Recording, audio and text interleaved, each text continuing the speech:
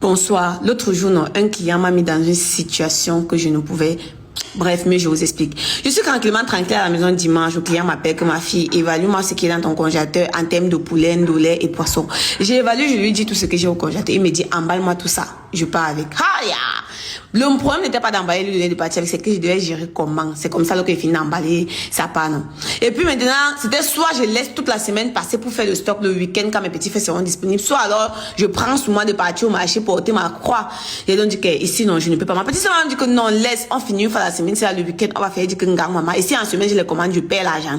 Je suis donc parti au marché, non. J'ai pas, je suis là, parti acheter des poulets. Regardez comment la fille là, j'ai donc donné des poulets à la fille, elle nettoyait la machine. Comme si lui dit, j'ai fait la machine pour que ça aille vite.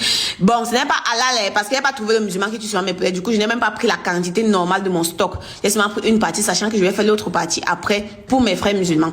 Du coup, je suis donc partie comme ça là. Après, pendant qu'elle était en train de nettoyer les poulets, vous avez vu, non, je suis donc partie prendre les condiments, l'assaisonnement de vos poulets. Après, la brouette est donc partie déposée dans le taxi, non. Je me suis serrée. Maman nous a mis derrière 5. C'est comme ça que nous sommes arrivés. Je suis arrivée à la maison de ma grand-mère. Comme ma grand-mère n'est pas là, j'ai travaillé donc, il y avait sa voisine qui était, il y avait aucun enfant au quartier pour m'aider parce qu'il y a l'école, les enfants sont à l'école.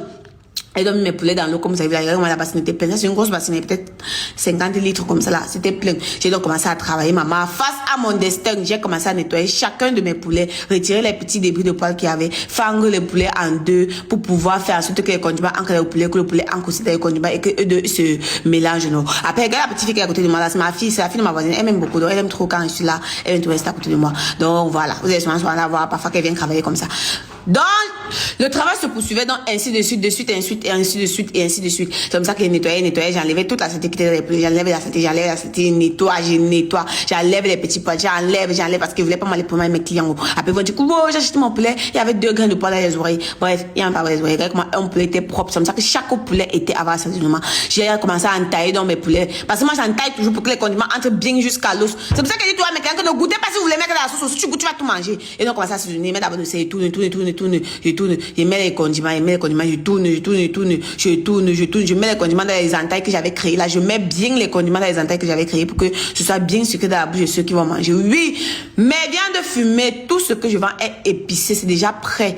Donc tu prends, tu mets dans ta sauce, même si tu comprends pas la sauce, les condiments de ma viande vont sentir dans ta sauce, ça va bon. Regardez comment il y avait dans l'assaisonné, regardez la beauté des poulets, la propreté, la clarté, la délicatesse. J'ai allumé le feu et j'ai constaté que le grillage, c'est le grillage du porc, oui, parce que c'est moi qui ai fabriqué mes grillages et je connais la différence. Bon, bref, tous on connaît. J'ai commencé à mettre l'huile sur mes poulets pour tourner pour que ça ne se colle pas sur le grillage. Parce que le poulet doit comprendre qu'il n'est pas parentable le grillage. Donc dès qu'il finit là, il doit quitter. Et donc commencer à classer mes poulets sur le grillage. Je classe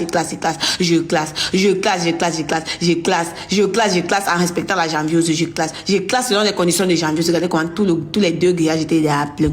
Maintenant, alors non, j'ai couvert. Je suis revenu après, j'ai ouvert pour regarder si je pouvais déjà tourner. Et c'était la première fois que je suis en train de fumer les 2 côtés, donc sans problème. Et il faut tourner tout au même moment. Oui, c'est où j'ai compris que Dieu a toujours été avec moi.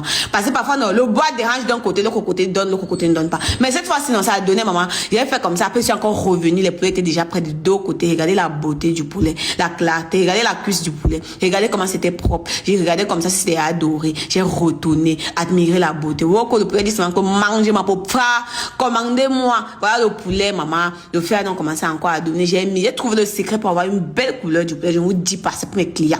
Voilà. Mon petit frère rentré de l'école, il s'est souvenu qu'il était parti travailler. Maman, il est venu me trouver là-bas. Il lui a dit que bon, il est à 17h. Ma grand-mère avait dit que on ne balait pas la nuit. Et ma grand-mère a toujours raison. Il lui a dit que bon, tu sais quoi, balai d'abord avant qu'on continue de travailler. Comme ça, puisque ce qui est à faire ne devait pas trop c'est la course, comme ça que mon petit frère donc commençait à balayer, non, il balait